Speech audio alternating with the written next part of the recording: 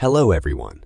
In the beginning of this episode, they show us a flashback in which they show that once before, Chen and Song had come face to face. When Song was in high school, Chen didn't like his sister hanging out with Song at all.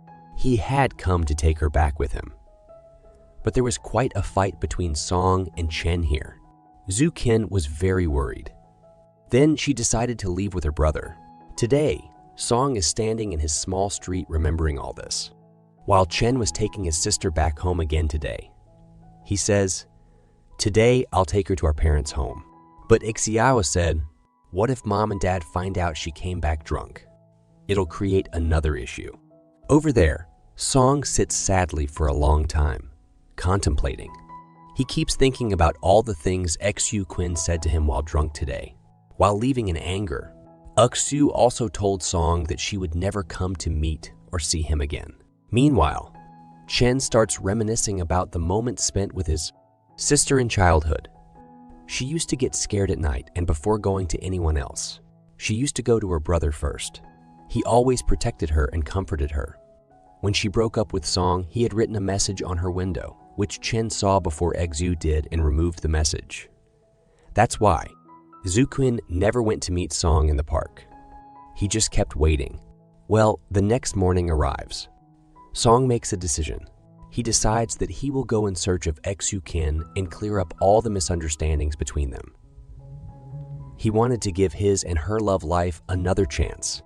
Here, Miao stops Song vehemently, saying she was drunk and has spoken her mind, insisting she won't even look at your face.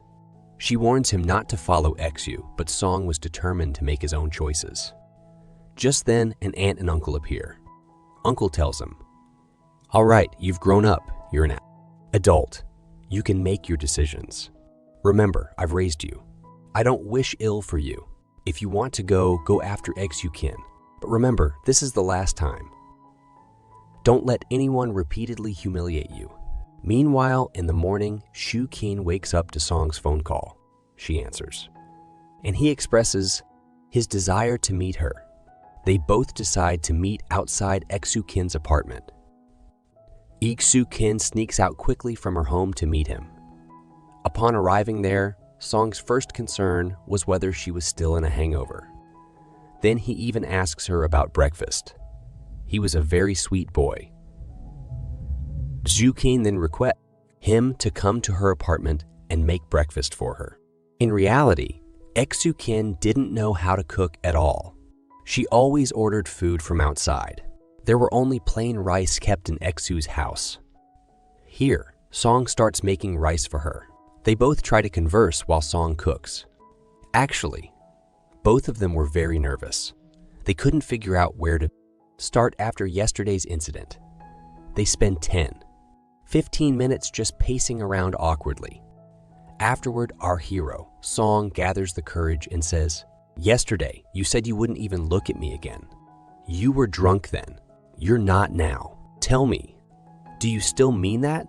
Zhu Qin falls silent upon hearing this. After that, Song tells her, "If you've decided, if you have the courage, if you're ready for our relationship, then it's okay. I'm also ready to take a stand. I won't ever betray you, nor will I leave you alone. I'll always stand by you.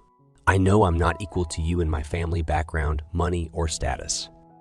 But if you have the courage, if you can face the world, I'm ready too. I'm ready to face everything with you." Xu was afraid of losing her family and also wanted to be with Song. Here, Song tells her, "I'm giving you the last option. Think carefully. Either we unite forever or we never see each other's faces again." Saying this, he leaves from there. Here, Xu remembers that every time she tried to stand up for Song, her mom used to tell her that he's an indecent boy. "I've raised you, taken care of you since childhood, and now you're leaving us for that boy." Hearing this, Xu would always melt. She never wanted to leave them. The parents who had been her shelter since childhood. Now she keeps thinking about what decision to make. Then, with tears in her eyes, she starts eating the rice Song made for her. Today, Chin had come to her apartment to pick her up. He takes her to the hospital. On the way, she says, "You know, there are some wild animals They're always kept confined since childhood and shown love. They can never break their chains. Even when they grow up, they remain scared and are often blackmailed by that care given by their owner. Our situation is like those animals. We want to live our lives according to our nature, but we can't leave our mom and dad, she says.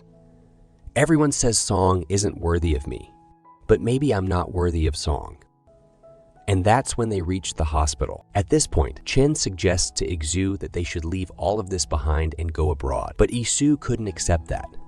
Later, we are shown that Iksu's mom was out playing golf today, accompanied by someone significant, the vice president of the hospital where Iksu was working.